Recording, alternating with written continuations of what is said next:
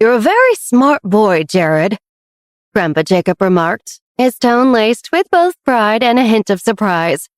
It's not usual for a spare to be so smart and calm. Jared, setting his cup down with a soft clink, responded thoughtfully. "I've always thought of myself as more than just a spare, Grandpa.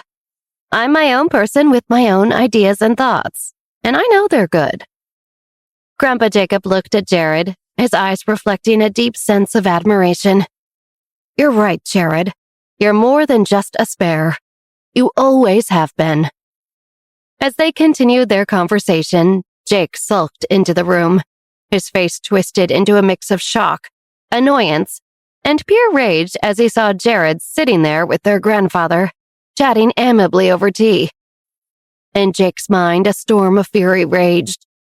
How dare he sit there with Grandpa, acting like he's not a slimy traitor? He's trying to take my place. He thinks he can take everything from me, but I won't let him. Grandpa Jacob, unaware of Jake's turmoil, looked up and cheerfully offered, "Jake, would you like some tea?" Jake, too consumed by his anger, barely registered his grandfather's words. His mind was fixated on Jared, his thoughts spiraling into a tirade. I need to confront him. Expose him for the traitor he is. I am the rightful heir, not him. He thinks he can outsmart me, but I'll show him and everyone else who the real Nevin is. Grandpa Jacob and Jared exchanged confused glances as Jake's face reddened, his anger palpable. Jake stood there glaring at Jared, his entire body tensing with the effort to contain his rage. Jared thinks he can outmaneuver me and take my place? I won't let that happen. I'm the heir to the throne, and I'll destroy anyone who gets in my way.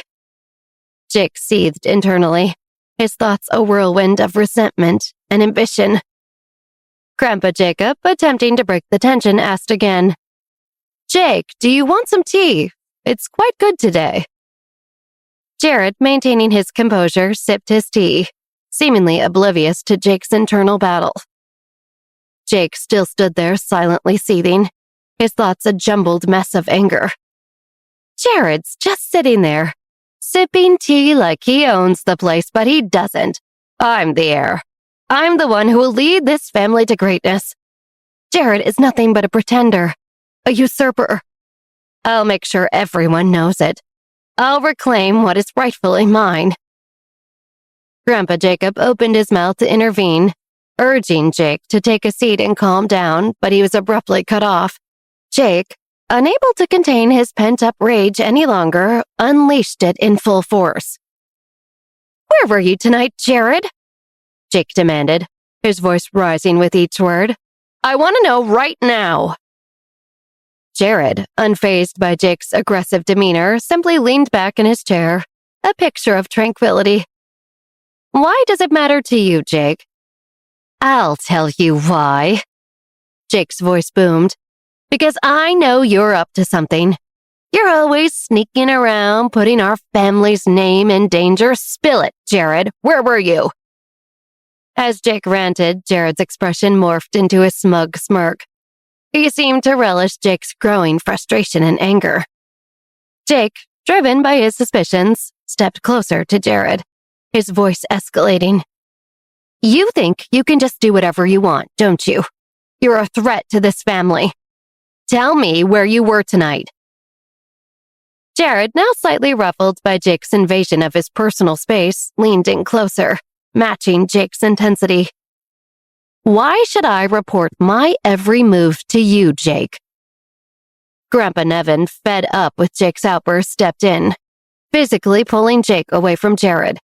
Enough, Jake, you need to calm down. This is no way to talk to your brother. Jake pulled back, his anger undiminished.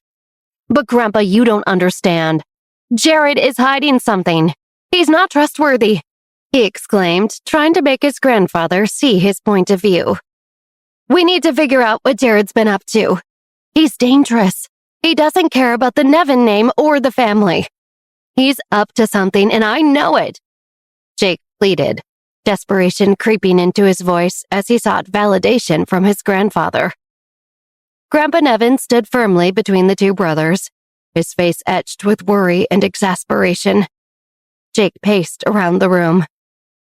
"Jared, just tell him where you were," Grandpa Nevin finally said, his voice wary, silently urging Jared to defuse the situation. Jared, visibly annoyed at having to justify his actions to Jake, replied slyly, "I was just having tea with some friends, Jake. Nothing nefarious or dangerous. Just tea."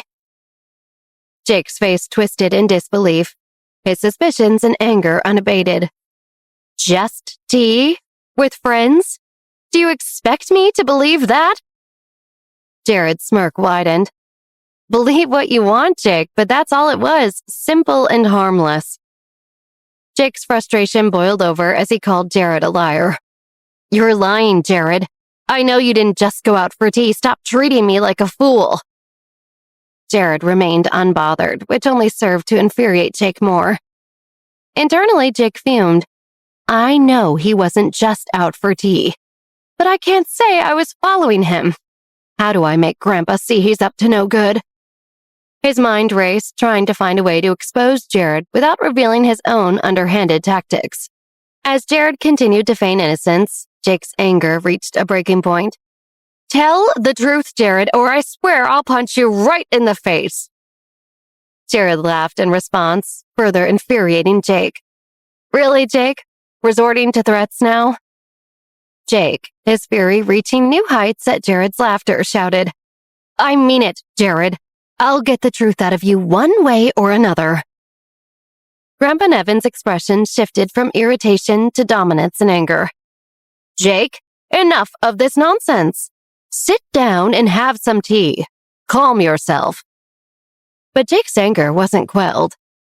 "Why are you getting mad at me? It's Jared who—" Jake's determination to reveal Jared intensified. "Jared's been working against me, Grandpa. He's trying to take my spot as the firstborn and the rightful heir to the throne and the company. He's undermining everything you've built." Grandpa Nevin, his patience wearing thin, responded sternly. "Jake, you need to leave. You're a child and you can't stay calm." Jake retorted, "Why should I leave? It's Jared who's causing all the problems here." Grandpa Nevin's voice was firm and unwavering. "Jake, I know about Jared's meeting with Mark and I approve of it. What I don't approve is you following your brother around like a damn spy." Jake stood in stunned silence, his anger giving way to shock. The realization that his grandfather knew everything and supported Jared's actions hit him like a ton of bricks. Grandpa Nevin, his voice authoritative and commanding, reiterated his demand. "Jake, leave now. We'll talk when you're calmer and ready to behave like a responsible member of this family." Jake, still reeling from the unexpected turn of events, silently turned towards the door. Jared and Grandpa Nevin watched in silence as Jake stormed out of the room, his footsteps heavy with frustration and defeat. Jared fought to keep his smug satisfaction from showing on his face, but a subtle smirk betrayed his feelings as his brother retreated. Jared observed Grandpa Nevin closely, trying to gauge his thoughts. The old man sighed deeply, his expression etched with sorrow over the bitter rivalry between his grandsons. "Grandpa, do you still want to continue with our tea?" Jared asked, breaking the silence. He glanced at his grandfather, trying to gauge the older man's reaction. Grandpa Nevin let out a weary sigh, his disappointment in the brothers' rivalry evident. Grandpa Nevin shook his head. "No, Jared, I think I'd like to be alone for a while." Jared nodded in understanding and made his way towards the stairs.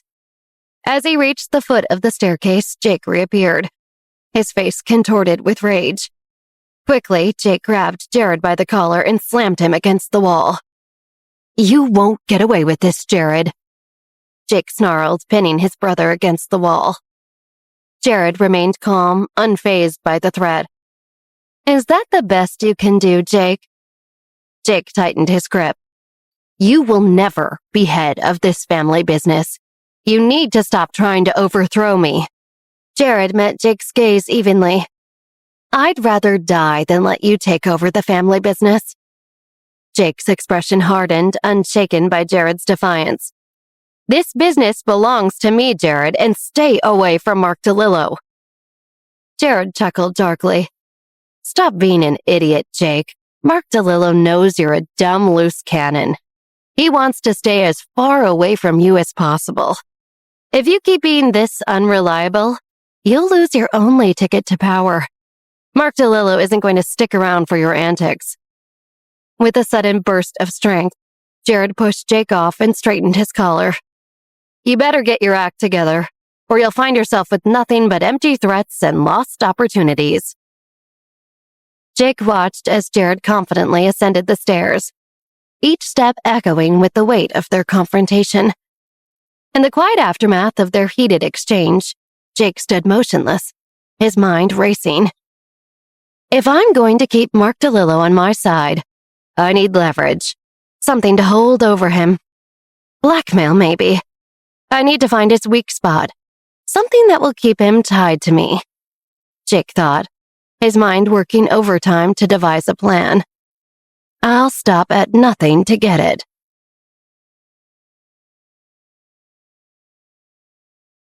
As the morning sun cast a warm glow over the streets leading to Marshall High, Olivia and Morgana walked side by side, their conversation flowing easily. As they approached the school, they spotted Lena and Millie up ahead. "Hey, guys!" Olivia called out, waving excitedly. Lena and Millie turned, their faces lighting up with smiles. The four friends rushed to each other, greeting each other with enthusiastic hugs and laughter. "Oh, I'm so overstudying," Lena groaned as they fell into step together. "My brain feels like it's going to explode." Millie nodded in agreement. "Seriously, if I have to look at another textbook, I might just throw it out the window." Morgana chimed in. "Tell me about it. I think my brain has officially hit its study limit. It's like, no more, please." Olivia shook her head, her tone playful. "Come on, we've only got a little while longer. Think of it as the home stretch of a marathon." Morgana rolled her eyes. "A marathon that feels like it's been going on for 100 years and I just got here. I don't know how you guys do it." Lena laughed. "Remember when you were young and thought high school was going to be all fun and games? Boy, were we wrong." Millie nodded slowly. "I'm counting down the days until graduation. I mean, I love you guys, but Marshall High can be such a drag." Olivia sighed dramatically.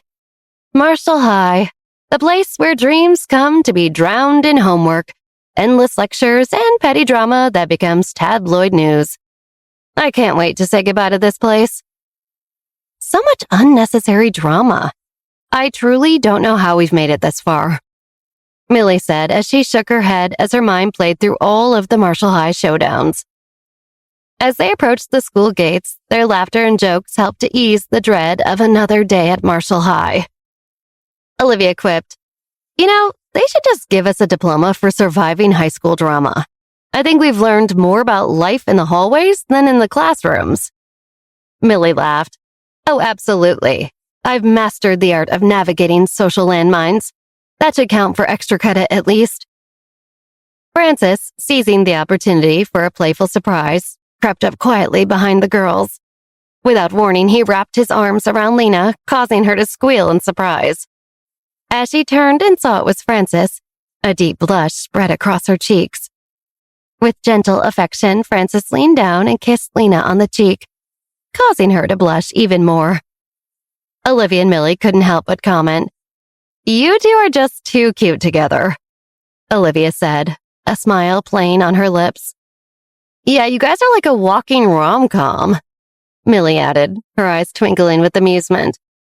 Morgana, ever the realist, chimed in with her dry humor. "I don't want to vomit when I see you two together, so I guess that's a cute aspect." Francis beamed, holding Lena a bit tighter, clearly enjoying the moment. Lena, however, looked visibly uncomfortable with the public display of affection.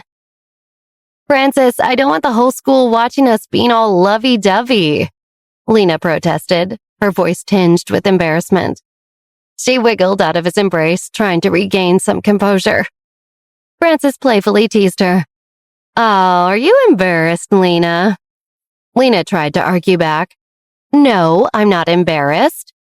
But her blushing face said otherwise. Frances, with a teasing grin, replied, It's okay if you're embarrassed. I think it's cute. Morgana rolled her eyes playfully. And now I want to vomit, just a little. The group burst into laughter. Meanwhile, a town car drove slowly past the school, its passengers observing the group. Inside, Jake, Nevin, and Georgina watched Olivia, Millie, Morgana, Lena, and Frances with keen interest. Georgina's expression twisted into one of annoyance and disgust, particularly as she watched Frances and Lena. The sight of their affection seemed to irritate her profoundly. Jake, his eyes fixed on Millie and Olivia, wore a look of annoyance and disdain. His gaze was calculating and unimpressed, taking in every detail as he eyed the group. Georgina turned to Jake, her voice tinged with a mix of apprehension and determination. So, what should I expect for my first week at Marshall High? Jake, his gaze still fixed on the school, replied, Everyone at Marshall has their own clique and drama. Just lay low your first week and you'll find where you fit best. Georgina frowned slightly, her thoughts going back to the recent events. You have to protect me, Jake. I don't want my first week at Marshall to be like the Hansler Gala. You know, I don't want Olivia and her friends making my life unbearable at school. She continued, her voice laced with worry. I don't know what I'll do if they ruin this for me, too. Jake glanced at her, his tone pragmatic. Just listen to what your mom said and don't provoke Olivia. Keep a low profile. Georgina's expression shifted to one of mild surprise. I'd expect that advice from my mom, but not from you. You've gone toe-to-toe with Olivia. Why are you so scared of her? Jake's response was quick and firm. I'm not afraid of Olivia and never will be. In his mind, Jake was clear. Olivia is dead meat as far as I'm concerned. I just need to wait for the right time to strike, he thought confidently. He turned back to Georgina. But you shouldn't go to war with Olivia. You're new, and it's late in the school year. It's not worth it. And don't try to get on Olivia's good side, he added. She'll see right through it. Strategically, it's best if you just stay clear of her. Georgina nodded, absorbing his advice. Internally, she was resolute. I'll take Jake's advice, but I'll always be on guard against Olivia. If anything happens, she'll learn that while she might be the queen bee of Marshall, I am an opponent she should fear. Georgina thought to herself. Georgina's gaze subtly shifted back to Frances, her eyes lingering on him with an unreadable expression. Jake, observing this, watched her closely, his suspicion evident in the questioning look in his eyes. Georgina, seemingly lost in thought, began to speak. I hope I get classes with Francis, she mused aloud. It would be nice to see him a lot during the day. Maybe he's in my lunch period. That would be convenient.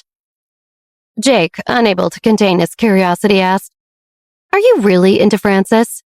You seem pretty focused on him. Georgina let out a dramatic laugh and flashed Jake a dazzling smile. Do I seem really into him? Like he's the only guy I can see? Jake hesitated before answering. Well, yeah, kind of. It does seem that way. Georgina's smile widened. Good. That's exactly what I want everyone to think, she declared. Her tone shifted to one of dismissive candor. But honestly, I'm not really into Francis. I think he's rather boring. Georgina continued, her words flowing effortlessly. Francis and Lena are just this boring, dull, barely attractive pair that belong together. I'm only using Francis as practice. She leaned back, her eyes calculating. It's all part of the game, Jake. I need to be seen with someone like Francis. It raises my status and makes me more interesting. But actual interest? No. I don't care about him. Her admission revealed a strategic mind, one that was playing a much deeper game than Jake assumed. Jake looked at her, a mix of confusion and intrigue evident on his face. Practice? For what? Georgina's mind was a whirlwind of schemes and ambitions as the car neared Marshall High.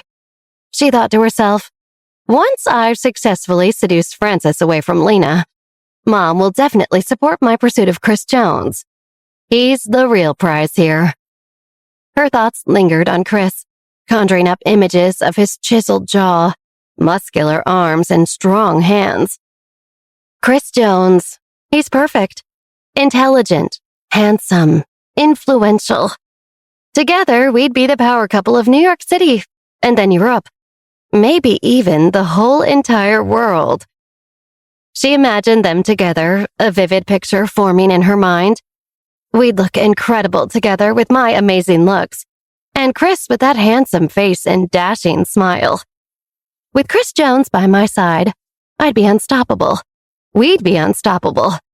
Olivia, she doesn't deserve someone like Chris. She doesn't understand how precious Chris is. He needs someone like me, someone ambitious, someone who understands that he's a special man. Lost in her thoughts, Georgina was startled when Jake's voice broke through her thoughts. "What are you using Francis as practice for?" he asked, his tone laced with curiosity. Georgina flashed him a sly smile, her eyes glittering with mischief. "Oh, it's nothing important," she said, deflecting the question with practiced ease. She leaned back in her seat, her confidence palpable. "But just watch, Jake. In 3 months' time, I'll have seduced Francis away from Lena. It'll be a piece of cake."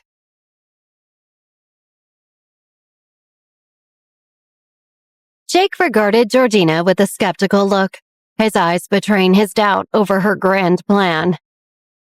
"Do whatever you need to do," he said cautiously. "Just don't do anything to embarrass yourself or the family. And definitely don't get pregnant or anything crazy like that."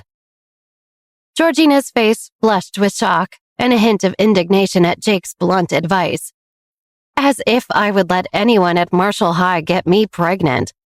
The only person I'd even consider is Chris Jones, she thought, her mind defiant. She turned to Jake, her tone firm yet composed. "I'm a lady, Jake. No one from Marshall High will be getting me pregnant, trust me." Jake gave her a long look, his expression serious. "Just be careful, Georgina. You're dealing with some kids from some crazy families here, and word gets around New York very fast."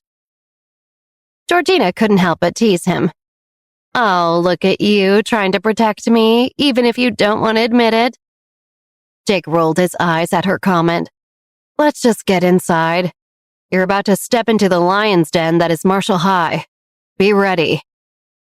Together, Georgina and Jake exited the car and walked into the school. Georgina's stride was confident, her head held high. She was ready to face whatever challenges Marshall High would throw her way. As Jake and Georgina walked through the halls of Marshall High, heads turned and whispers filled the air. Students paused mid-conversation to watch them pass, their reactions a mix of curiosity and judgment. Girls sized Georgina up, their eyes scanning her from head to toe. Some rolled their eyes dismissively, while others looked at her in awe, shocked by her fabulous appearance. Georgina leaned towards Jake, a smirk on her lips. "I love the attention I'm getting," she whispered, relishing the spotlight. Jake, his voice low, reminded her. "Remember, lay low. Don't draw too much attention to yourself. That's the best plan." They entered the administrative office where Mr. Dickens, the school administrator, awaited them. "Miss Crawford, we've been expecting you," he greeted with a professional smile. "Mr. Dickens," Georgina responded, laying on her charm thick. "I'm so excited to join Marshall High." Mr. Dickens handed her a folder. "Here are your class assignments. If you need anything during your time here, I'm here to help." Georgina perused her class schedule, her face falling slightly as she realized Francis wasn't in any of her classes. This isn't right. I need classes with Francis. That's the whole point of coming here, she thought, frustration bubbling inside her. Trying to maintain her composure, Georgina asked Mr. Dickens, "Is Francis Handler in any of these classes by any chance?" Mr. Dickens glanced at the schedule. I don't believe Mr. Handler is in any of your classes, Miss Crawford. Georgina's smile faltered, but she quickly composed herself. Mr. Dickens, I really need to be in class with Francis, she implored, her voice taking on a pleading tone.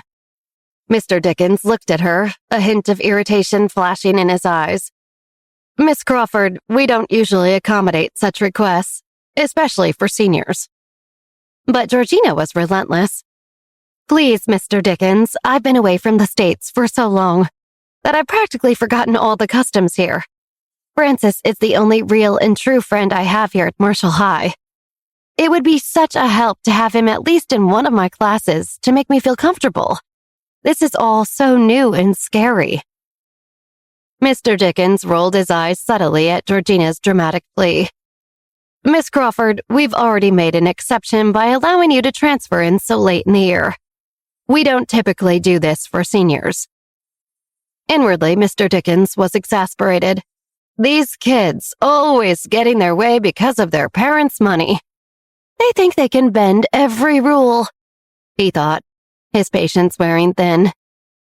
Georgina, sensing her tactic wasn't working, laid it on even thicker. Mr. Dickens, please understand my position. Being in a new school, especially in my senior year, is daunting. Having Francis in just one of my classes would ease my transition immensely. I'm sure you can make an exception. Just one exception. Having him in even one of my classes would really make my time here easier. And like you said, it's so late in the year, it will be too hard to make friends. Shouldn't I at least have a class with one? Mr. Dickens looked increasingly annoyed as Georgina tried to guilt-trip him into changing her schedule. Sensing that the tactic wasn't working, Jake decided to intervene. Mr. Dickens, perhaps there's some way we could make this more convenient for you? Jake suggested, hinting at a bribe. Mr. Dickens' face turned a shade of red as he realized what Jake was insinuating. I can't believe the audacity of you two, he exclaimed. That's it. Consider this a warning. One more step out of line and it's detention for both of you. Georgina, taken aback by the turn of events, argued back. But Mr. Dickens, you don't understand, Jake, sensing that they were on thin ice, cut her off. I'm sorry, Mr. Dickens. We'll leave now. Come on, Georgina. Let it go. He pulled Georgina out of the office as she continued to rant about Mr. Dickens. Can you believe how rude he was? No compassion whatsoever. All I asked for was one class with Francis. As they walked down the hallway, Georgina's tirade continued. I didn't even ask to change my whole schedule, just one small class change. Mr. Dickens must have a stick up his butt. However, her mood shifted instantly when she saw Francis with Lena, Olivia, Morgana, and Millie. Putting on a bright smile, Georgina called out, Francis!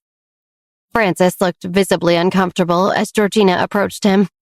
Undeterred, Georgina hugged him a little too long, subtly flirting with him.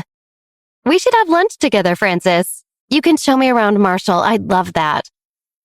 Lena's annoyance was palpable. Her face masked frustration as Georgina flirted with Francis in front of her. Olivia and Morgana also looked bothered by the scene unfolding before them. Morgana, unable to keep silent, interjected. Maybe you should find someone in your own class to show you around, Georgina. Francis is quite busy. Georgina shot Morgana an annoyed look, but continued her flirtation with Francis. But I don't want just anyone to show me around, Francis. I want you. You're the only person I want to have lunch with at Marshall High. Francis, caught off guard, tried to find the right words. Georgina, I already have plans for lunch. Georgina, seemingly ignoring his response, pressed on. It'll be fun, Francis. I'm sure Lena wouldn't mind. After all, I'm just new here and trying to get acquainted. Lena's expression tightened, her irritation at Georgina's blatant disregard for her relationship with Francis growing by the second. Olivia and Morgana exchanged glances, their faces reflecting a mix of disbelief and annoyance at Georgina's audacity. As Georgina continued her flirtatious assault on Francis, Jake watched Morgana closely, His suspicions peaked.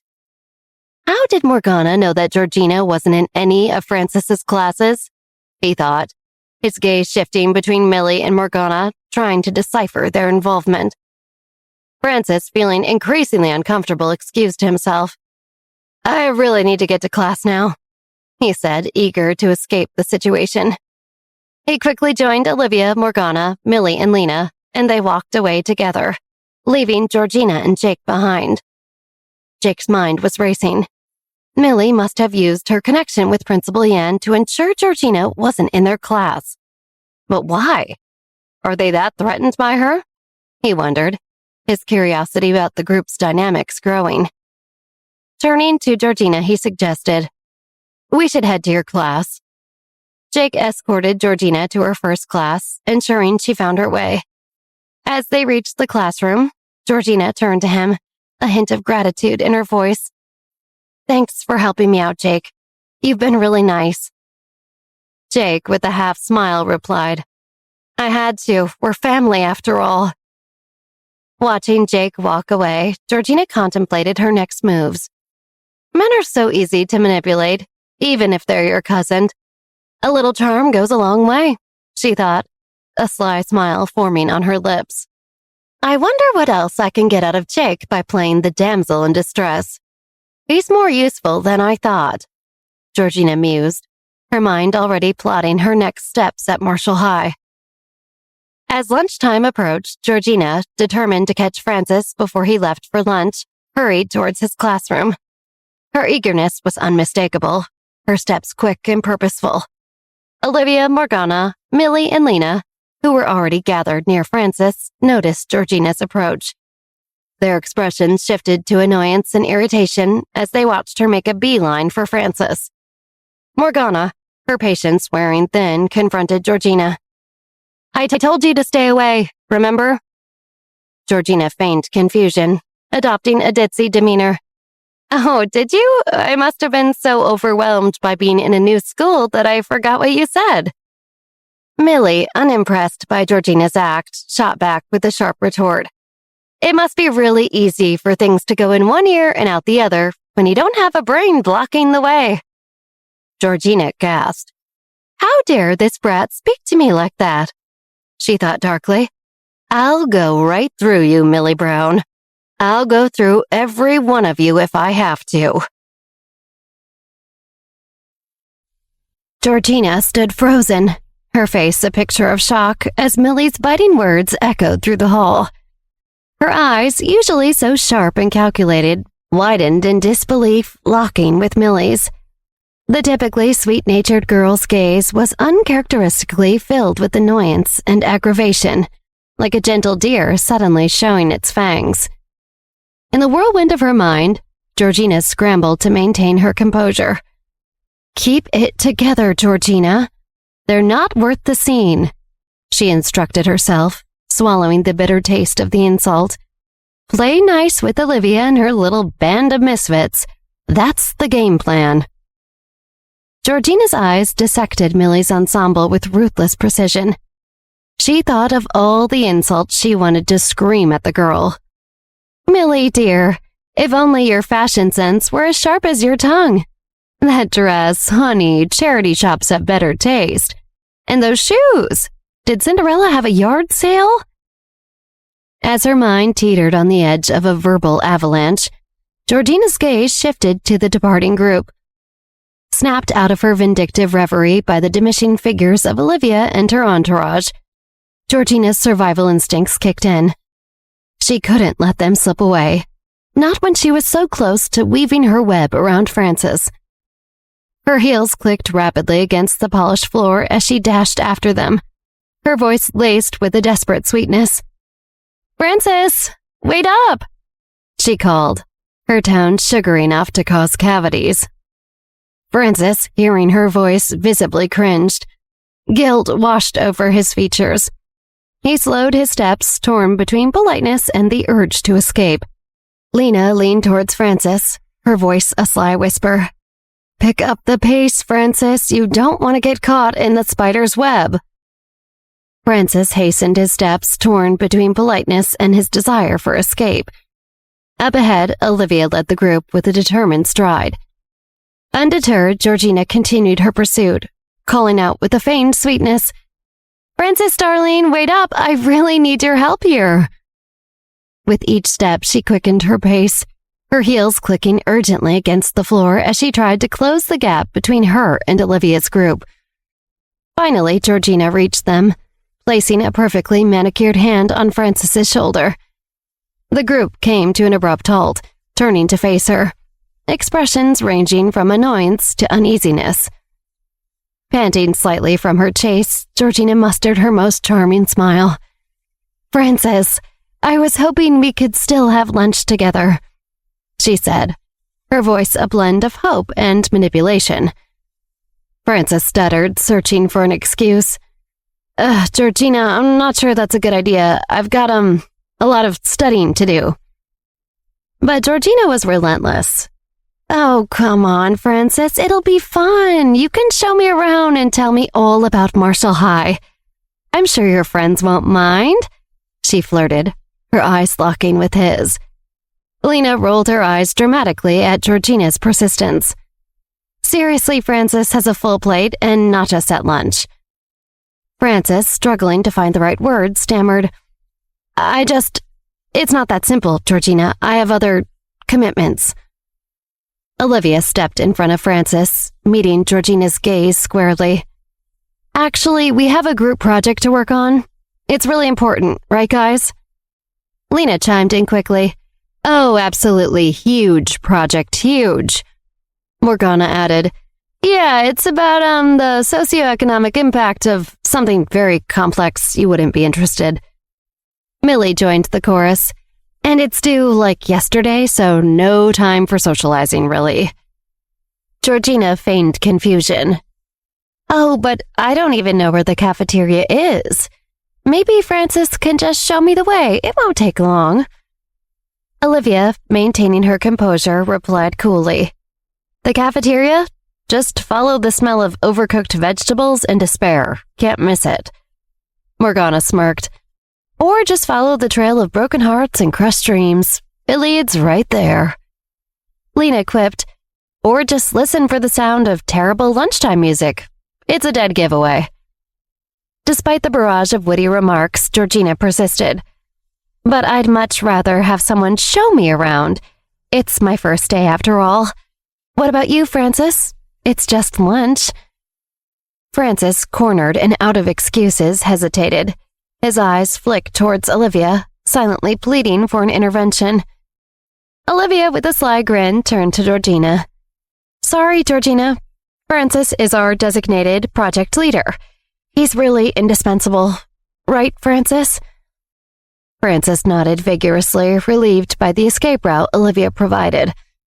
Olivia and Georgina's eyes met in a silent battle, each pair blazing with unspoken defiance. It was like watching two chess masters locked in a mental duel. Georgina, with a hint of mock innocence, addressed Olivia.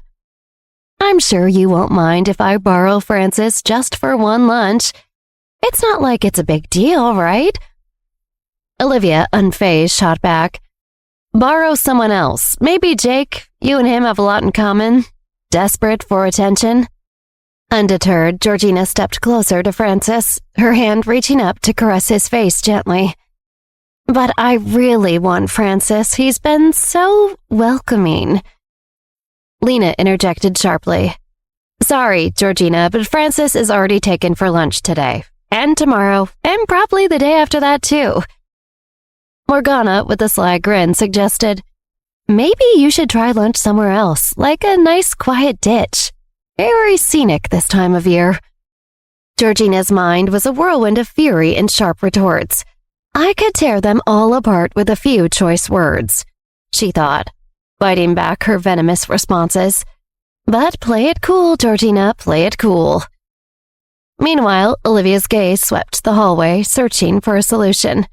Her eyes landed on Phil Eggers, and her mind clicked. Bingo, she thought. Phil could be the perfect distraction. "Phil, over here!" Olivia called out, her voice carrying a note of casual authority. Phil, shocked but visibly thrilled to be noticed by Olivia, straightened his posture. His face lit up with the mixture of surprise and pride as he walked towards the group. Georgina, watching the scene unfold, felt a twinge of suspicion. What's Olivia up to now? Bringing in reinforcements? As Phil approached, his steps were a mixture of eagerness and caution, like a moth drawn to a flame, but wary of getting burned. Olivia greeted him with a warm smile. Hey, Phil, perfect timing. We need a favor. Phil, eager to please, replied, Anything for you, Olivia. What do you need? Olivia glanced at Georgina, then back at Phil. Georgina here is new and needs someone to show her around during lunch. You're just the guy for the job. Maybe you can show her to the cafeteria? Phil, a bit taken aback but still keen, nodded. Sure, I can do that. Happy to help. Georgina's internal alarm bells rang. What's the catch? Why is Olivia so keen on pairing me with Phil Eggers? Francis, relieved at the turn of events, gave Phil a grateful look. Lena and Morgana exchanged glances, suppressing smirks at Olivia's clever maneuver. Georgina's eyes darted suspiciously between Phil and Olivia, sensing an underlying scheme in their casual exchange. Cunningly, she proposed, Why don't Phil and I join you and your friends for lunch, Olivia? It would be a great way for me to get to know everyone.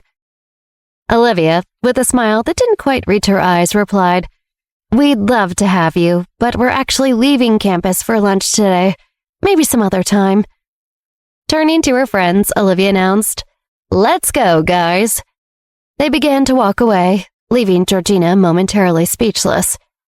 As she opened her mouth to protest, Olivia and her group were already moving away. Georgina's face contorted with the mask of frustration, watching as Francis, Olivia, and the others retreated. Inside, Georgina was a raging inferno. I hate Olivia Johnson, she seethed internally. She thinks she's so clever, but I'll show her. She's not going to get the best of me. Meanwhile, Olivia and her friends laughed loudly, their voices echoing down the hall as they exited the school.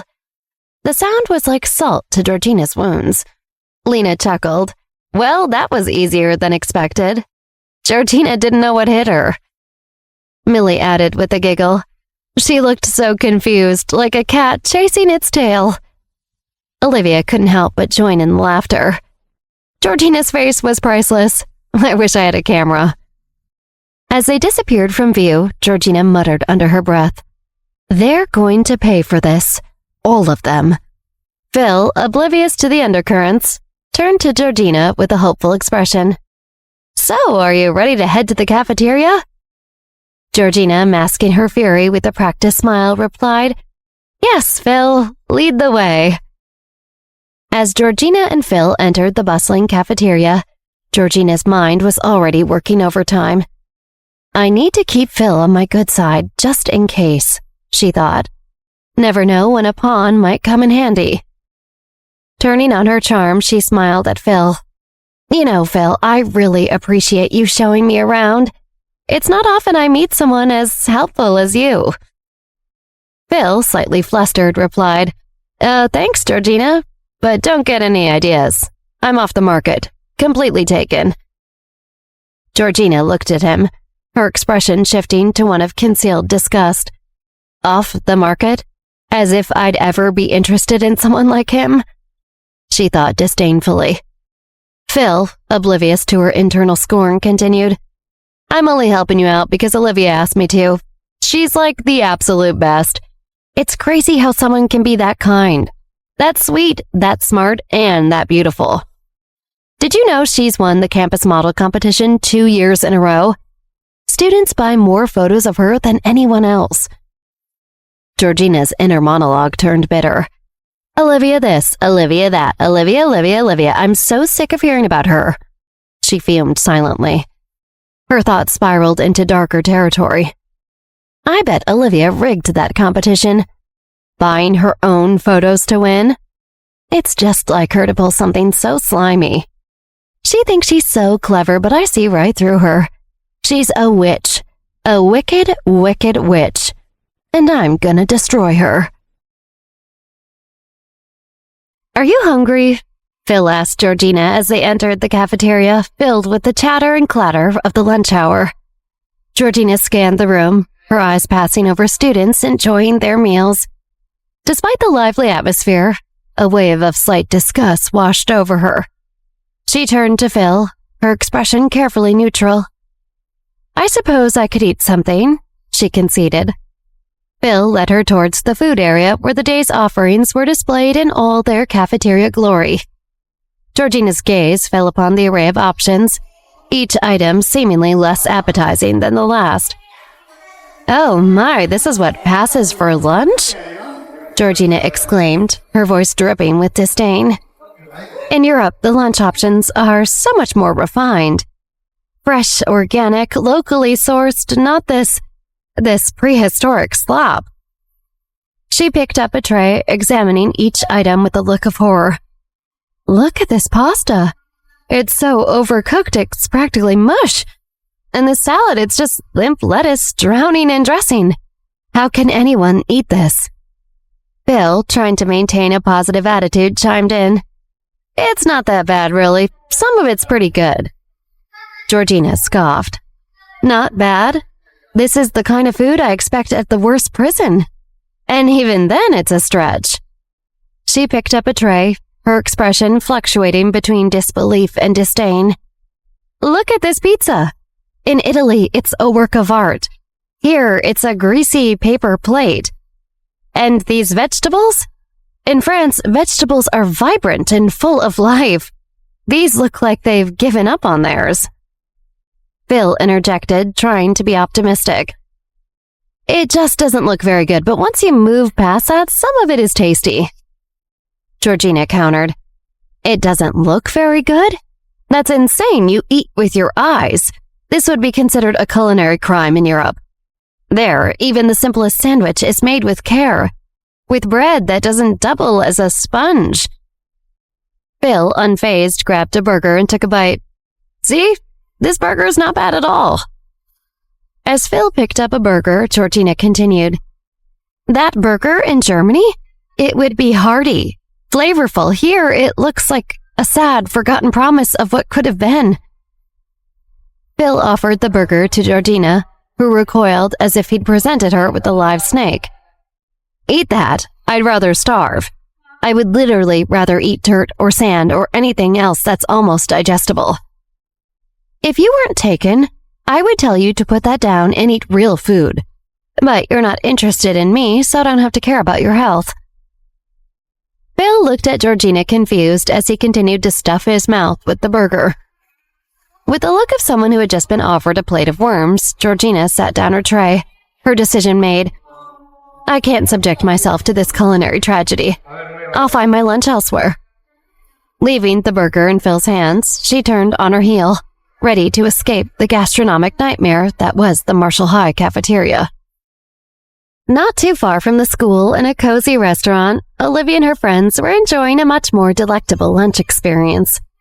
As they ate, Olivia looked around the table, a mischievous glint in her eyes. "Remember, we're meeting after school.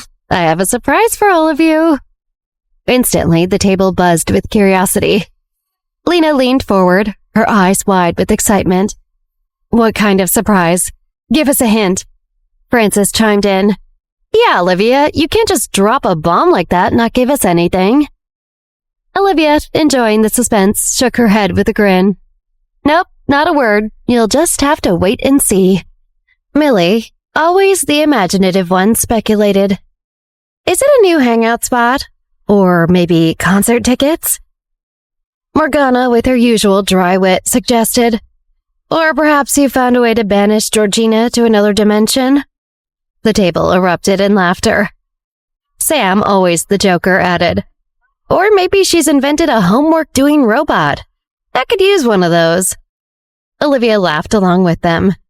"You guys are way off, but keep guessing. It's entertaining." Lena, not one to give up easily, said, "Are we going on a trip? Like a surprise road trip?" Frances, trying to be logical, mused, "Maybe it's something to do with the upcoming school event. Olivia always has the inside scoop." Millie, with a hopeful look, asked, "Is it something to do with animals? Maybe a puppy? Olivia playfully tapped her nose. Not same, but I promise it's going to be epic. Derek entered the restaurant, his presence instantly altering the atmosphere. His eyes scanned the room, a sharp intensity in his gaze. From their table, Olivia nudged Lena, whispering, "Isn't that Derek?"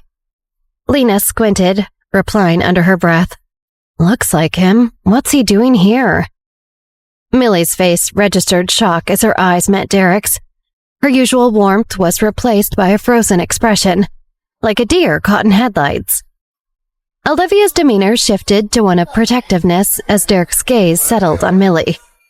She subtly moved closer to her friend, her body language a silent barrier. Morgana, noticing the tension, leaned towards Olivia. "Do you think he's going to come over here?" she whispered.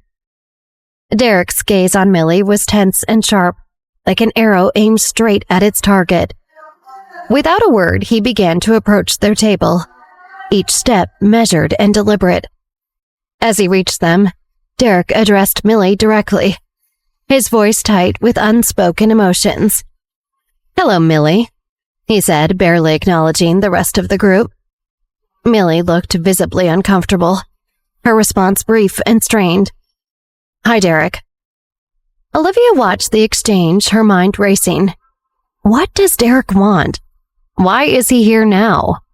She thought, her instincts on high alert for any sign of trouble. Suddenly, Millie burst into the restaurant, her energy a stark contrast to the tense atmosphere at the table. "Derek, you won't believe it. I found the most amazing parking spot just outside." Her surprise was evident as she noticed Millie, Olivia, and their friends. "Oh, hey everyone," she greeted them, blissfully unaware of the tension between Derek and Millie.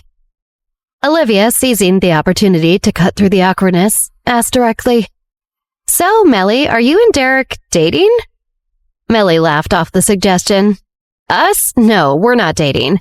I just bumped into Derek outside and we decided to grab lunch together."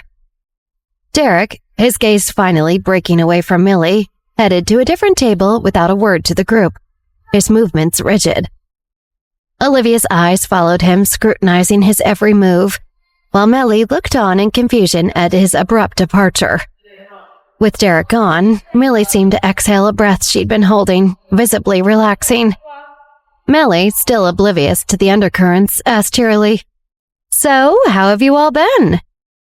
As Derek flagged down a waiter to place his order, Olivia began to respond to Millie. But her attention was diverted when Derek unexpectedly called out, "Millie, do you want to eat or not? I'm ordering now."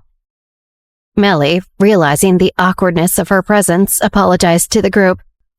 "Sorry, guys, I should probably join Derek. Catch up soon?" She moved to sit with Derek, leaving Olivia and her friends to hastily finish their lunch, eager to leave the restaurant and the uncomfortable encounter behind. As Millie and her friends left the restaurant, Derek's gaze lingered on her. There was an intensity in his eyes that spoke of unsaid thoughts and unresolved feelings. Millie, sitting across from Derek, noticed his distraction. She watched him watch Millie, a frown forming on her face. What's going on between Millie and Derek? She wondered, a seed of curiosity planted in her mind.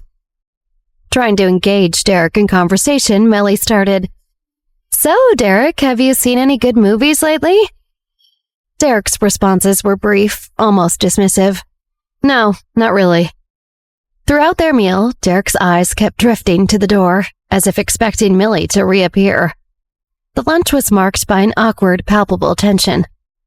Millie, growing increasingly uncomfortable, finally asked, "Is everything okay, Derek? You don't seem very interested in talking." Derek's reply was curt. "I don't like to talk much." Millie's confusion morphed into annoyance. Why is he being so cold? She thought. As they finished their meal, Derek's tone took on a harsh edge. "You should just leave me alone, Millie. I'm not the dating type. I'll just end up hurting you." Millie's internal monologue kicked into overdrive. He's right. He's not the dating type because he's not even the human type. Derek is a mean, cold, emotionless robot. He has no idea how to interact with people. She opened her mouth to retort but stopped. Derek's face was etched with pain, his eyes reflecting a deep-seated guilt. Feeling a pang of sympathy, Millie softened. Look, Derek, I just want to be friends. Maybe you should give friendship a chance. It doesn't have to be complicated. Derek looked at her, a mix of surprise and skepticism in his eyes.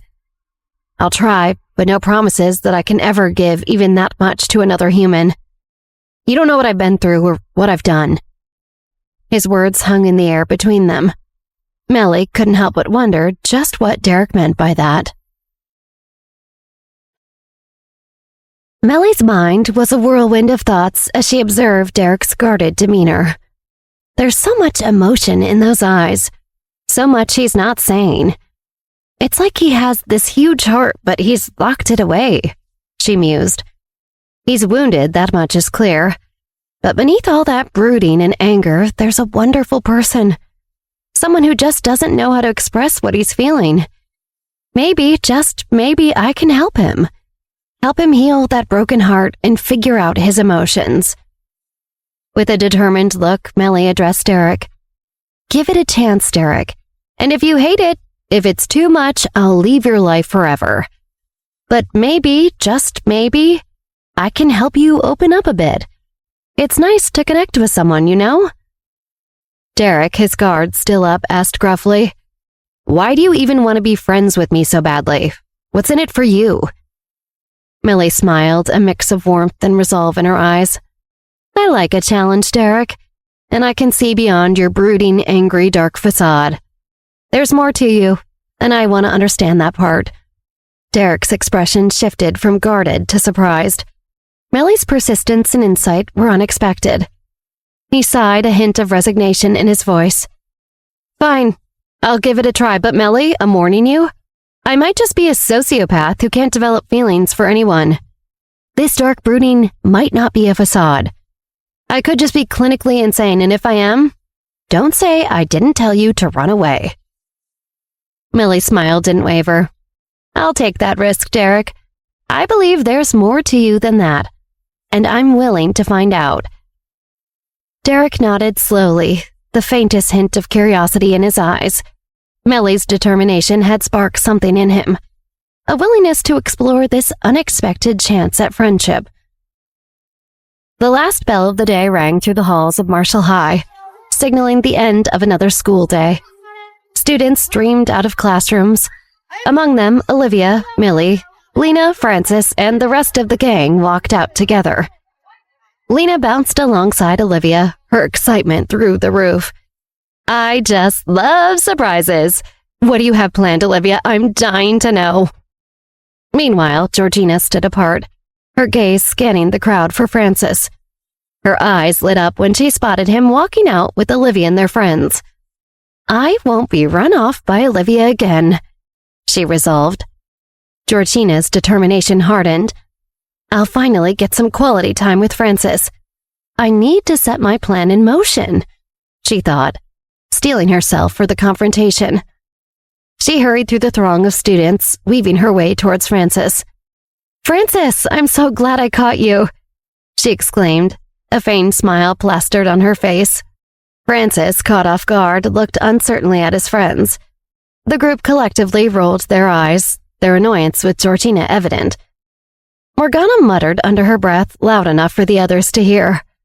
She's like an annoying fly that just won't go away. Lena chimed in.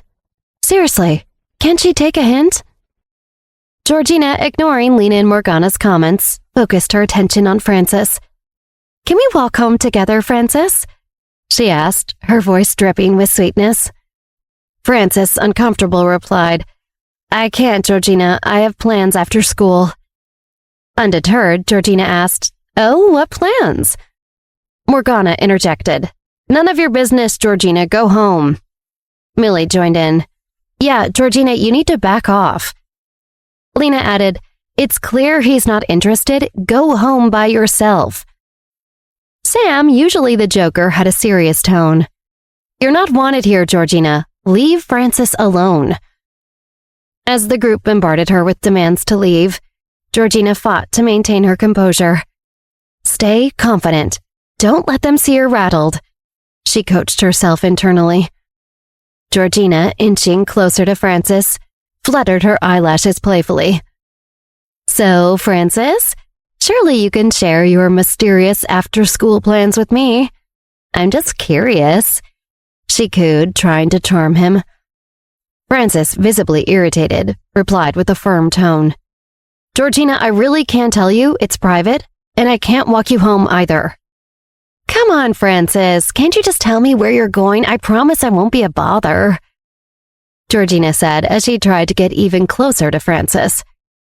I can't tell you, Georgina, and I really can't walk you home. It's just not possible, Frances said, growing irritated and trying to hold his ground. Georgina, undaunted, pressed on. But Frances, maybe I could just join you. It'll be fun. I promise. Where are you headed? Frances huffed and rolled his eyes, his frustration starting to match his friend's annoyance. Just let me come with you after school. Wherever you're going, I'm sure I can tag along. You know I'm a lot of fun, Frances. You just have to spend more time with me to see that, Georgina said with a wink. Frances, his patience wearing thin, said decisively, You're not invited, Georgina. Just leave us alone, okay? The hurt was evident in Georgina's eyes as she processed his words. With her feelings wounded, she turned and walked away from the group, her departure marked by a heavy silence. The group watched Georgina leave, a collective sigh of relief escaping them. Finally, she's gone, Lena said, her voice tinged with relief. Millie, looking at Olivia, asked, So where should we meet you after school, Olivia? Olivia's eyes sparkled with excitement. I'm taking us out to dinner on the park company's dime. At the restaurant, I'll reveal the big surprise. The group reacted with a chorus of excited exclamations, the earlier tension melting away in anticipation of the evening plans. As they walked out of the school, they saw Millie waiting outside, seemingly for Derek. Morgana raised an eyebrow. What's going on with Millie and Derek? That's a strange pairing. Olivia observed the two, her expression thoughtful. Something seems off about the two of them. It's weird. With their excitement for the dinner plans overshadowing their curiosity about Millie and Derek, the group moved on, their minds now fully occupied with the anticipation of the evening ahead. Millie, Lena, Frances, Morgana, Sam, and the rest of Olivia's friends arrived at the fancy restaurant, each dressed to impress. Their excitement was evident as they approached the receptionist, smiles beaming in anticipation of the evening ahead. Millie stepped forward, her voice bubbling with enthusiasm. Hello, we're here for the dinner reservation under Olivia and the Park Company. The receptionist greeted them warmly. Yes, you're expected. Right this way, please. As they were led to their table, the group's excitement crescendoed. However, upon arriving, they were met with an unexpected sight. Olivia sitting beside Jeremy. Frances's eyes widened in disbelief. I can't believe Jeremy's here, he exclaimed. Greeting Jeremy, Frances said, Hey, Jeremy, didn't expect to see you tonight. Sam, equally surprised but visibly excited, chimed in. Jeremy, man, it's great to see you here. Olivia and Jeremy shared a knowing smile, indicating a shared secret about to be unveiled. Everyone, please take your seats. Olivia beckoned. I have something really exciting to announce. Once they were all settled, Olivia began. I've been working on a big plan. I'm planning to merge Confluence and the Park Company. She enjoyed the shock that overcame her friends' faces. She continued, her voice tinged with excitement. And that's not all. We're also bringing Jeremy's new tech company under our umbrella. This is part of a strategic move to go up against Mark DeLillo and the Rose Company. Olivia leaned forward, her eyes alight with passion. The idea is to combine the innovation from Confluence's gaming world and the cutting-edge technology from Jeremy's company. This will expand the Park Company beyond real estate and food and beverage and reach into new markets and domains. Frances nodded, impressed. That's a smart move, Olivia. It opens up so many different markets. The gaming industry alone is huge, and with tech advancements, the possibilities are endless. Steve added, "Yeah, and Jeremy's tech company has some really innovative stuff. It's a perfect match for Confluence's gaming expertise." Olivia smiled, pleased with their reactions. Exactly. We're not just expanding. We're creating a new ecosystem of technology and entertainment. It's about innovation, reaching new audiences, and of course, taking on the competition. Lena, her curiosity piqued, turned to Olivia. "What's going to happen to Confluence and all our game ideas with this merger? Are we changing directions? Will we stop making games?" Olivia, with a spark in her eyes, replied, "I'm so glad you asked, Lena. Actually, I want to release a brand new game before summer vacation, which means we're working against a tight deadline."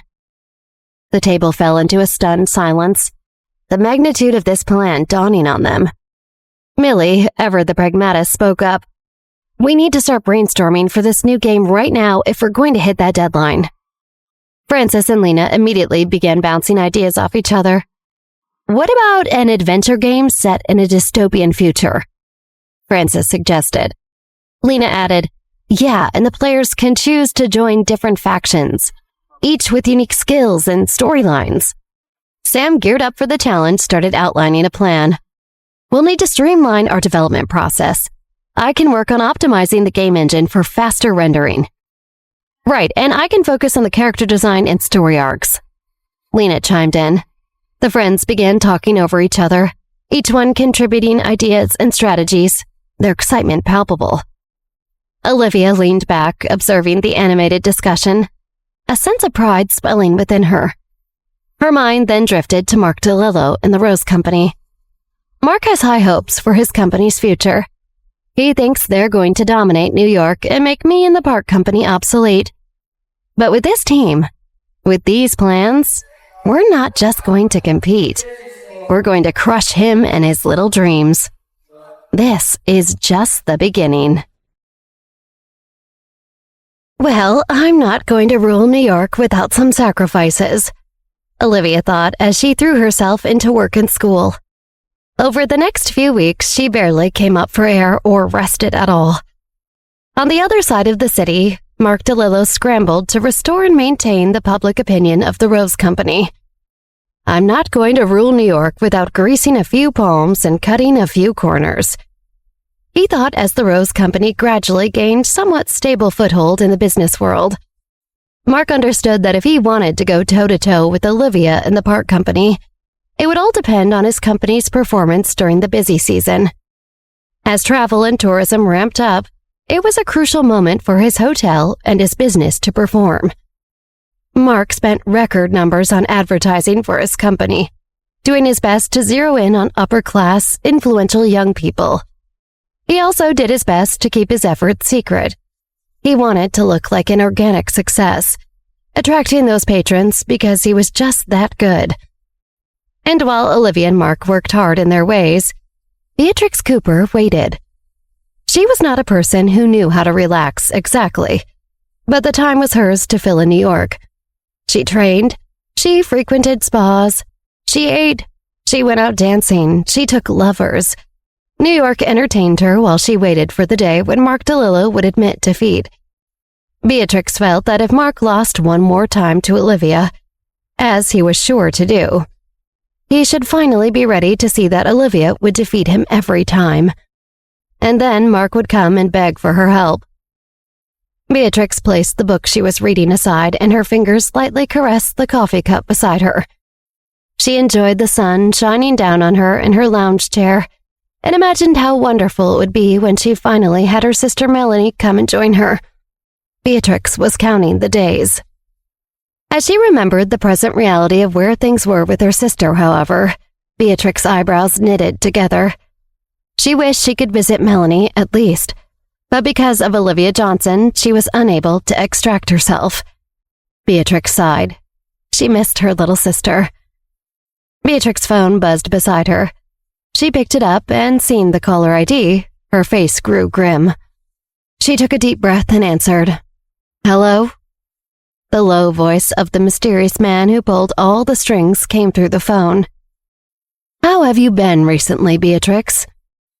"The Rose Company is still growing," she replied. Yes, what about Olivia? He asked. Beatrix narrowed her eyes. I'm not sure yet. I have heard she is requesting large amounts of research on stock trends. She and Mark DeLillo seem to be preparing to compete directly. The mysterious man tapped his finger on the table beside him.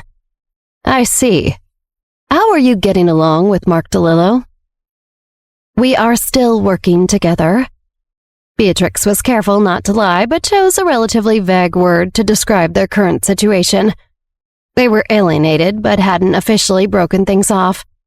And anyway, she was confident he would come back to her. The mysterious man didn't question it. What about the Cooper family?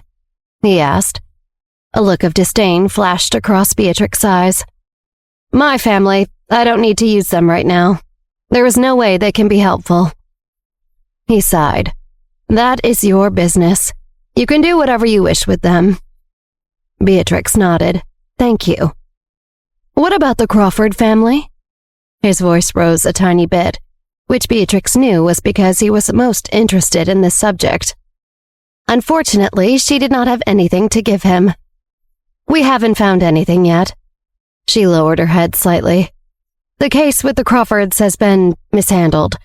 I understand if that means you need to punish us. He paused, exercising his power over her. He finally broke the silence. It has indeed been a long time, but this matter fortunately cannot be blamed on you. I have found that Carolina Crawford has already arrived there. You must think of a way to find her. Beatrix frowned, concerned. Is Carolina also here looking for the same person? Indeed. She is there for something having to do with this matter, but as for her exact intentions, I do not know. He set his jaw. The intentions of the entire family are unclear. In the past, they tried to replace her. Beatrix was caught off guard. She hated being caught off guard. She did not know that it happened, but thought back to the people she saw at the Handler family gala. Was it Georgina Crawford who they tried to replace her with? A slight smile tugged at his lips. Yes, very good. They tried to replace her with Georgina, but were not careful enough. If they hadn't made mistakes, she might have lived the rest of her life as Mariana, and nobody would have known. Beatrix flipped through the puzzle pieces in her mind. If the Crawford family is smart enough to try to pull off a scheme like that, how could they be fooled by the Nevin family? They were not fooled. He lightly traced circles on the tabletop with his fingertip. The Crawford family approached the Nevin family to borrow people from them. In the past, he continued, when Mariana was lost, the one who was the most devastated was the oldest lady of the Crawford family, their matriarch. The rest of the family wanted to find Mariana because they wanted to make her happy. And someone knew that there was a young girl in the Nevin family who was about the same age as Mariana. She looked similar, too. So they brought her back to the matriarch and said she's not missing anymore. It was a false alarm we found her. Ah, Beatrix nodded. So the whole false Mariana scheme was just to help calm down their grandmother. I suppose I understand wanting to please her. She led the Crawford family to greatness. She was also a terrifying, cutthroat leader in the underworld. I would do the same thing. The mysterious man smiled. The old lady was so upset that she almost died. So that's why the family wanted a fake Mariana. But even though they had done that, they were still secretly looking for the real one. The mysterious man suddenly laughed like he'd thought of something funny. It's interesting to talk about it. This wise and powerful woman got old and was tricked by a bunch of her grandchildren. Does this matriarch know that Mariana Crawford is somewhere in New York City now? Beatrix asked. I don't think she knows, he replied. If she knew, the underworld would not be so quiet now. The mysterious man thought for a beat. Beatrix, you must find Mariana before anybody else does. It would be best if we can use her somehow, but if we can't... Beatrix nodded. I understand what you mean. Her face darkened. If Miss Crawford is not willing to cooperate with us to our advantage, I will make her disappear from this world. The mysterious man nodded. You have many competitors. There are other people who may already have their eyes on her. We have to execute every piece of this as quickly as possible." Beatrix smiled. "Please rest assured, I am already dealing with this matter. The scapegoat has also come." He laughed lightly. "I have always felt at ease when I know you are the one handling my needs. Speaking of which, don't you typically go to Europe to visit your sister at this time?" Beatrix's face soured, unhappy. "There are important things to deal with here. This time." Beatrix looked as though the thought was causing her physical pain. She closed her eyes tightly, frowning. When she opened her eyes again, she looked determined. "I don't think I can make the trip this time," she said. "But one day, hopefully soon, I'll be able to spend a long time with her there." The mysterious man was filled with pride. "Yes, all of your attention should be on prioritizing this situation. I believe we do not need to worry about success. I think you will find it simple to defeat our competition." "Yes," she replied emotionlessly. "I will follow all of your instructions." The two of them finished their call and hung up. The mysterious man immediately received another call. He looked annoyed as he answered. "Hello, what is it? Shouldn't you be studying? Why are you calling now?" On the other end of the line, a girl's voice trembled slightly. "It's fine, my studies are fine. I just heard from my older sister that she's back in New York City and will stay there." "Mm-hmm," he nodded. "Then, can I return to the city for a little trip? I want to go back to see it. I miss home." The mysterious man considered the words of the mysterious girl. "Please," she added. The mysterious man sat back in his chair. He stroked his chin. On the other end, the girl waited breathlessly for his answer. "Melanie, your sister Beatrix has been quite busy lately," the mysterious man said, adopting an understanding yet firm tone. "Don't disturb her for the time being. She is working on something very important." "Oh, are you sure?" Melanie Cooper responded sadly. The mysterious man stiffly tried to sound comforting. "You can go to see her in New York later this year. I promise we'll make it happen. Beatrix just needs to focus very carefully on her work for now." "Really?" Melanie lit up, smiling excitedly. "Could we maybe keep it a secret? I want to make it a surprise for Beatrix. I think she would be so happy to see me." The mysterious man smiled. "All right, it's a deal. This will be our secret." Thinking of something else, he changed the subject. "That medicine I gave you, you are taking it every day, right?" "Yes, I'm taking it every day," she replied happily. "I feel like I'm in good spirits every day. The scars on my body have also become so faint that I can barely see them at all anymore." The mysterious man's eyes flashed with cunning. It does sound like you really needed it. It is good that you are feeling the positive effects. Remember to take it at the same time every day." Melanie looked grateful. "Okay, thank you. You took us in when we needed the help the most. My sister and I are very thankful for everything you've done for us." He smirked. "You're so welcome. I am happy to do it." Marshall School buzzed with the heavy energy of students preparing for exams. Everyone walking through the halls looked sleepless and bleary-eyed, wearing comfortable clothes, tying back messy hair, and carrying huge coffees. And Olivia was muscling through it all at the same time as she managed her duties as the chairman of the park company. She was grateful that her friends could also handle a lot of additional time in research and development at Confluence Technology. Francis and the rest were there to discuss and mock up ideas every day. They were excited to plan for a large special event that would take place for the players online, but it required at least as much planning as a huge in-person event.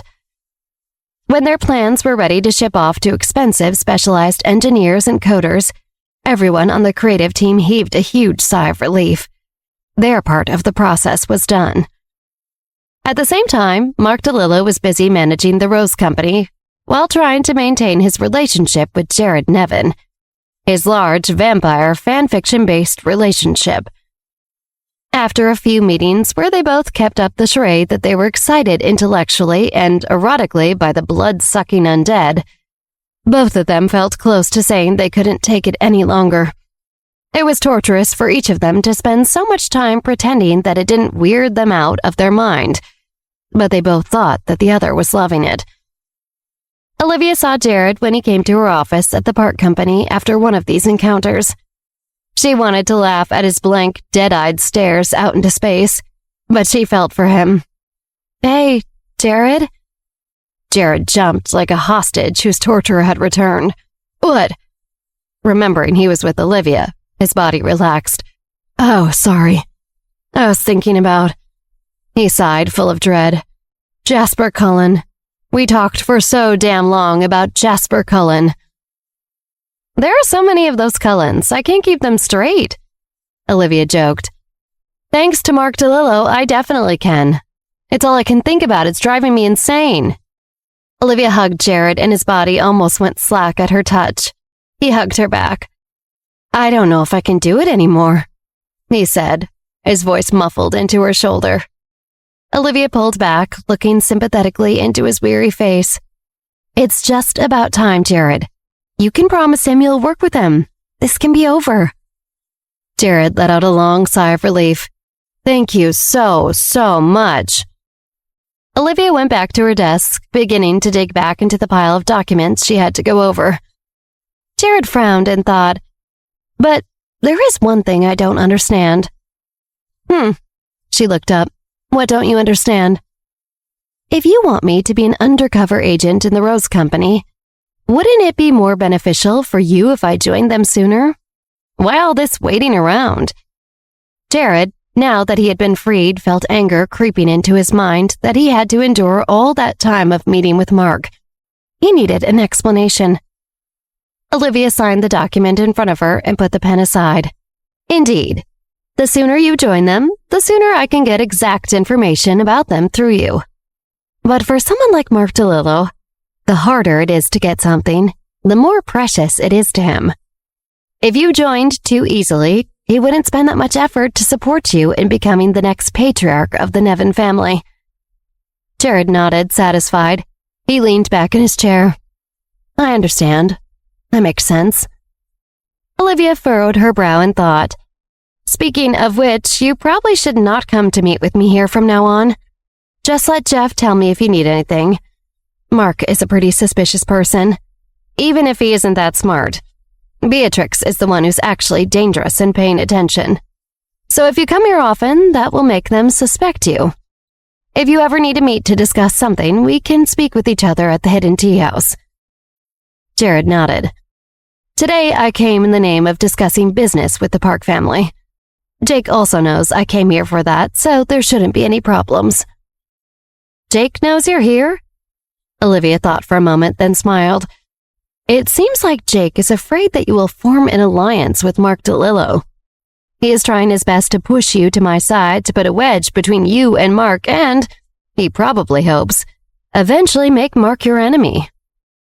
Jared shook his head in disdain. "His thoughts have always been so childish. He's embarrassing. What was the point of this kind of division on the surface? If he put any work into actually forming a bond with anyone, he wouldn't have to do this kind of stuff. He's a surface thinker, and that's why a guy like him will never achieve great things." Olivia smiled, sympathetic. "Let him do whatever stupid things he pleases. It keeps him busy." Jared narrowed his eyes. "When do you think Mark will attack Jake?" Olivia eyed some of her documents. "I think at least after the busy season for his business." Jared frowned. "That long? Wow. I didn't think I'd have to wait such a long time. I thought that when I agreed to work with Mark, he would act as soon as possible. Shouldn't he be excited for the opportunity to show off and make a big move?" Olivia rolled her eyes. No matter how useless Jake Nevin is, and he's very useless, he still is the chairman of the New York City Chamber of Commerce. Mark needs this chess piece to clear the way for his other plans. Jared nodded in understanding. "That makes sense, unfortunately." Olivia smiled meaningfully. If you were there to help Mark when he needs it the most, that would be interesting. Jared laughed, his eyes lighting up. He knew what Olivia was going to do. As tired as he was, he couldn't help but give her a thumbs up. Amazing. Violet Cartwright entered, clearing her throat. Olivia looked at Violet and glanced in the direction of the door. She closed the document she had just signed and handed it to Jared. I've already read this document, she said, speaking in a double meaning. Jared understood. He nodded. I hope that we will have a pleasant cooperation in the future, he said stiffly. Olivia shook his hand businesslike. Please help me by informing the patriarch of the Nevin family. I will, Jared replied, heading for the door. That is all I needed for now. I will speak with you another time.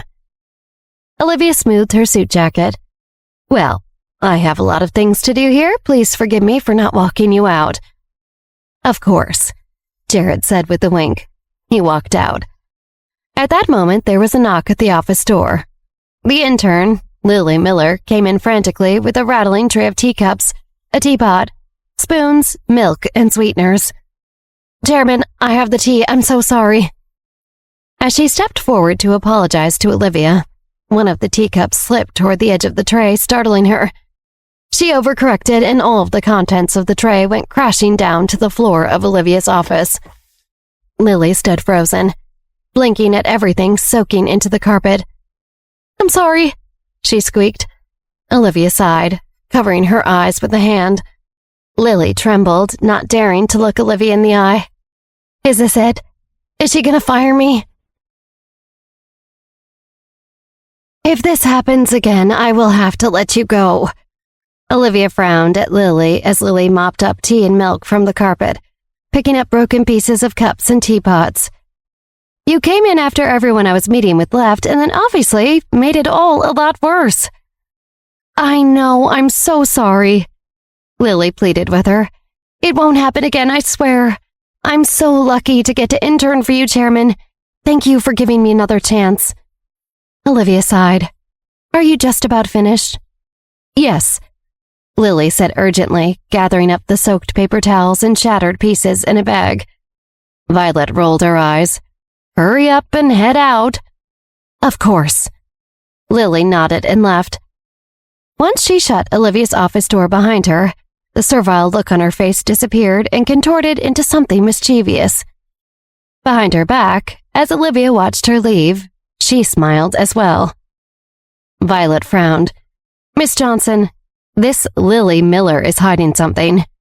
She's been eavesdropping on your conversations in your office, and she has sneaked in 3 separate times this month when she wasn't scheduled to be working. The people of my assistant group pretended to be passing by and chased her away. Olivia nodded. She flipped open a new folder containing a document she needed to deal with. Let her clumsily continue to cause trouble and think she's getting away with it. If we chase her away and let her know she was exposed, I guarantee she will send a replacement who is harder to deal with. Violet nodded slowly in understanding. She didn't love Olivia's plan, but it did make sense. Olivia paused for a moment and smiled. Oh, right. How is that thing that I asked you to do? Violet's eyes lit up. Yes, it has already been arranged. Everyone is following the normal plan of bullying and hazing her, making it look like normal douchey business stuff. I think she will only feel like we are making things difficult for her as a normal intern, and won't suspect that we know what she's up to. Olivia laughed. Don't go too far. We don't want to scare her away completely. Of course, Violet replied with a smile. On the other side of the office door, Lily was making herself a cup of coffee when she heard a stern voice. Intern? I'm here, she answered immediately. A large stack of documents was placed on the counter in front of her by a tall male assistant. Go copy this. Count all the pages to make sure the machine didn't miss any. And remember that all of the company's resources are very expensive. Besides you. Lily suppressed the response she wished she could give. Okay, she replied. I'll go do that right after I drink this cup of coffee. The assistant snorted. You will go now. Didn't you hear what I said? You need to respect the company's resources. That includes time. Lily clenched her fists by her sides. Did he mean that she did not even have the right to take a break for a cup of coffee? He frowned and waved her hand to shoo her away from the coffee machine. Hurry up! Don't make me say it again. Yes, she said submissively. Lily gritted her teeth and thought of the high price she was offered to be here. Not her park company's salary. That wasn't anything noteworthy. For what her real employer was paying her to be here, she would endure this.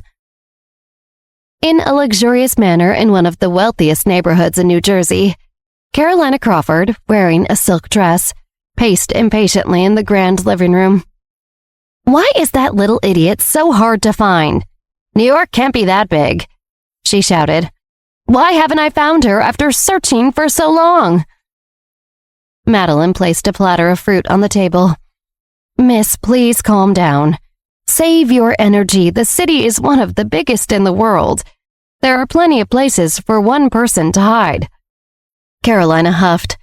It's just excuses. I don't care. I just have to find that little bitch before those old people catch up to me. Madeline sighed, used to Carolina's moods after taking care of her entire life.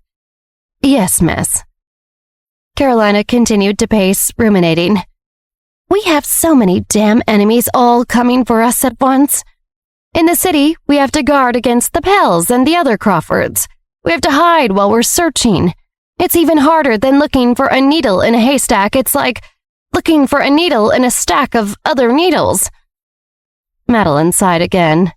She knew that Carolina was used to everything in her life being smooth sailing. She had possibly never worked this hard for this long on anything. It made sense that she was growing impatient. Carolina bit her lip as she thought, there isn't time left. We have to hurry. We need to be faster somehow. If my grandmother figures out where she is, I might not have the chance to make a move at all. Carolina was the eldest daughter of the Crawford family. She was determined not to let anybody threaten her position because she wanted to inherit all of the power her grandmother had built. She shook her head. Anyone who dares to come for me will have to die. Madeline looked determined. She was Carolina's ride or die. Yes, miss, she replied again. No matter what, if Carolina said it, she would do it. This was what she swore a long time ago. The doorbell rang. The two of them stopped breathing, their faces immediately snapping toward the door. They looked at each other. Carolina whispered, Could those two pale twins be chasing after us here? Madeline shook her head. I don't think so, but in any case, you should hide. Okay, Carolina replied and crept backward from the door. Madeline walked hesitantly toward the door. She put her hand under her blouse at her waistband, finding a pistol. She cocked it. Who is it? She called out behind the door. A calm female voice sounded from the other side. Someone who can help you. Madeline looked at their doorbell camera. She saw a girl in her 20s wearing a long dress with long hair draped over her shoulders. She looked straight into the camera, smiled, and waved. It was Beatrix Cooper. Who are you? State your name, Madeline ordered her. My name is Beatrix Cooper, she replied softly. I can help you find someone. As long as you trust me and can pay, I think you will be very happy with me. Madeline looked back at Carolina, who had crept back toward the door. Miss, she whispered, what do you think? Carolina muttered, Beatrix Cooper. She thought this over and seemed to get an idea. She nodded to Madeline. Let her in. Madeline nodded. She kept her hand on the gun at her waist and opened the door with her other hand. The door slowly opened, revealing a relaxed-looking Beatrix Cooper. She raised her hands, smiling as she took a few hesitant steps forward. Miss Crawford, hello. She made her way into the huge foyer, and Madeline closed the front door behind her. Carolina crossed her arms. You said you can help us find someone? Does that mean you know who we're looking for? Beatrix smiled. You are looking for someone who should have disappeared more than 15 years ago.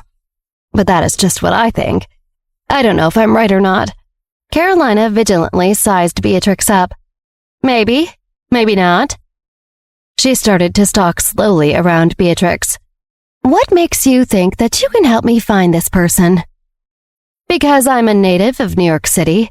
My family is also a little famous in the city. We have some strings I can pull, furthermore. She laughed lightly. I do not need to hide from anyone. Carolina's eyes met Madeline's. Why should I trust you? Carolina asked. No need to trust me. Beatrix shrugged. You can keep an eye on me, make assurances for yourself. I just want to be paid and conduct business with you. Carolina raised an eyebrow. How much is your price? Beatrix's eyes were firm. 10 million. Carolina frowned. 10 million? What makes you think that little idiot is worth 10 million? A sour look crossed her face and she smoothed her hair in frustration. Beatrix smiled mysteriously. Does Miss Crawford not know whether it is worth it or not? If I can't find her, you do not need to pay me anything. But if I find her, you will give me $10 million. This is a business deal you can make without losing anything. Carolina assessed Beatrix, impressed. She had underestimated Beatrix when she first walked in through the door. But the situation and Mariana's worth were indeed all as she said. She could not lose anything if they made this agreement. Beatrix felt like she already knew the answer, but she wanted to hear her say it. So, Carolina, what do you say? Will we be doing business together? You drive a hard bargain, Beatrix Cooper. I say, okay, I'm interested. Carolina Crawford nodded solemnly. Beatrix Cooper grinned with satisfaction. But Carolina, Madeline protested. Madeline, stay out of this. Carolina snapped at Madeline, shaking her head in irritation. She looked back at Beatrix Cooper. What would the down payment for this service be? Normally, what I offer is pretty pricey. But in this situation, I want to help as a friend, so no charge. Beatrix explained. She casually examined her manicure as she spoke. If I find Mariana, that's still $10 million, of course. But you'll be getting what you wanted. Really? And if you don't find her, you don't charge a thing for your efforts? It's just volunteer work as a friend? Carolina narrowed her eyes skeptically. Of course. What are friends for? Beatrix smiled. Besides, your friendship is very valuable to me, literally and figuratively. You are Carolina Crawford, of the high-status Crawford family. People would kill to meet you, much less be friends. Some things are worth more than money.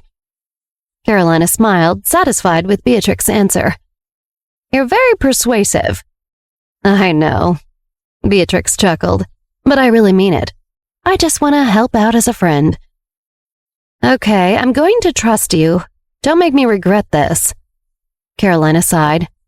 So what is your plan to find Mariana? We have to start looking for any clues that might help. I need to know everything you know, and we can start from there, Beatrix directed. Of course, we have found some clues, but so far all they've turned up are dead ends. Carolina rolled her eyes in frustration. Beatrix frowned slightly. Really? I'm surprised. Madeline, go get the stuff for her. Carolina waved her hand impatiently. Yes, miss, Madeline replied. She eyed Beatrix doubtful. Madeline went upstairs and retrieved the documents Carolina wanted. She handed them over to Beatrix.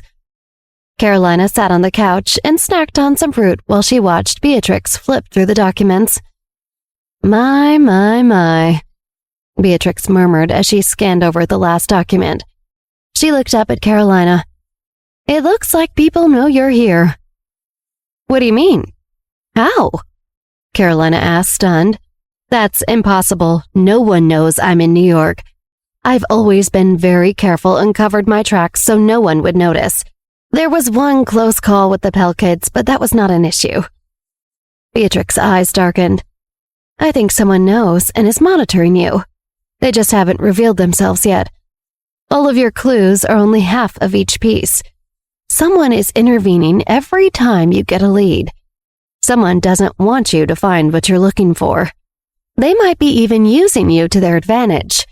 You do the hard work of finding a lead, and then they purposely throw you off the scent so they can pick up where you left off. Damn it! Carolina cursed in frustration. I should have realized this wasn't making sense, she thought. How dare someone play me like that? I've been stuck lurking in this run-down part of the city so I can investigate undetected, and someone just comes along and makes it a huge waste of my time and effort? When I find out who is behind this, I'm going to kill them. Carolina tried to wipe the murderous look off her face and turned back to Beatrix. Who is it then? Who is doing this? I don't know, but whoever they are, they must have been at it from the moment you arrived in New York City. Carolina bit her lip to keep from screaming. I will add another $10 million to the reward money if you find out the identity of the bastard that's screwing with me, Carolina said in a low, menacing voice. It's a deal. Beatrix nodded with a smile. After Beatrix and Carolina discussed a few more details of their arrangement, everything was settled, and Beatrix took her leave. Carolina made sure to see that Beatrix had left in a car, then turned to Madeline Defarge. I want you to look into Beatrix Cooper's background. Be thorough. I already thought I was being careful, and clearly it was not enough. I can't afford any more oversights. Right away, miss. Madeline nodded and peered out the window in the direction Beatrix left. I would bet money that Beatrix Cooper is a con or a thief. Possibly both. How did she find this place? Miss Crawford has been very careful about concealing her whereabouts. Is she really such a generous volunteer and friend? Or was she sent by someone? What is she after? Is it really just the reward money and to be in Miss Carolina's good favor? Madeline pursed her lips and shook her head. She already had her own suspicions. Meanwhile, Beatrix rode in her car, and the satisfied smile on her face faded away as she mulled over the facts of the situation. Who is monitoring Carolina Crawford? They must have found her out almost immediately when she arrived, but how? They knew she was here even before I did, and they're several steps ahead at every turn.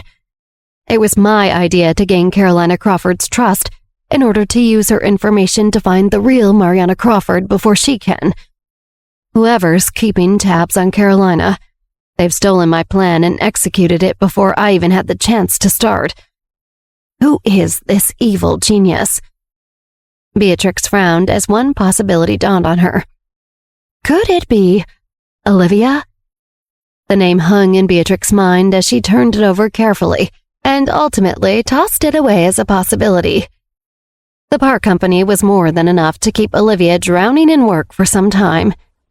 How could she possibly have the time to monitor Carolina Crawford's every move on top of that alone? That's not including school and everything else that crazy woman is juggling. She's formidable, but these don't seem like her tactics. Perfectly meddling with all of Carolina Crawford's leads so that they all lead her to dead ends is cunning, but it has to be someone more experienced. Whoever is doing this can fly under the radar, but they're also very powerful. A deadly calm expression came over Beatrix's face. It doesn't matter who this person is. Whoever they are, if they're in my way, I'll eliminate them without a second thought. Downtown, Sven's phone rang. He picked up and listened carefully. Once the call finished, he turned to Chris Jones, who sat at a computer nearby. Looks like Beatrix Cooper just went to visit Carolina Crawford. Interesting timing, Chris said as he looked up from the computer screen at Sven. Beatrix Cooper acting mysterious. The mysterious man also mysterious, obviously. Carolina is probably looking for Mariana. A lot of mysterious behavior going on. I wonder if they're all connected or about to be. I think you're right, Sven nodded. He leaned forward and typed on the computer. This file has everything we have in this investigation so far. Everyone seems to be circling Millie's old orphanage. That matches what I've been suspecting. Chris nodded. After the fire at the orphanage, a lot of information and records were lost. That's why we don't know Millie's real identity. Sven shook his head. It might be time to do a DNA test on Millie. I'll bring it up with Olivia, Chris said. You know Carolina Crawford is also back in New York City? Yes, Sven grinned. She thinks she's careful, but not careful enough. How are things looking in London now? Chris asked. Pretty stable, Sven nodded. The Johnson Company opened a new branch in London. They seem to have made a nice little foothold there. You really are on top of it, Chris nodded. Why do you sound surprised? Sven joked. Speaking of the Johnson Company, I heard that Jack Johnson hit the roof when he found out Olivia changed the name from the Johnson Company to the Park Company in New York. I'm sure he did, Chris laughed. I can picture it so easily. That man turns purple like no one else. Chris reflected on what an impressive maneuver Olivia had pulled off in regard to her family's business. Jack Johnson was no slouch. He had invested tremendous resources and aligned with the 7 big families to drive the Park family out of New York. Then Olivia came along and blew up all of his hard work. The thought made Chris smile proudly. Pretty good stuff, Sven smiled. And how is Bruno Johnson doing? Chris followed up. His expression became more serious. Chris knew that compared to Jack Johnson, Bruno could be an even bigger obstacle thanks to his backing from Mario Vincenzo. According to our guys across the pond, Bruno Johnson is still playing fairly above board in London, Sven replied. His main project right now seems to be trying to reduce Rachel Cooper's prison sentence. We can't have that, Chris frowned. Rachel and her daughter Monica are too dangerous when they're together. They're obsessed with getting rid of Olivia.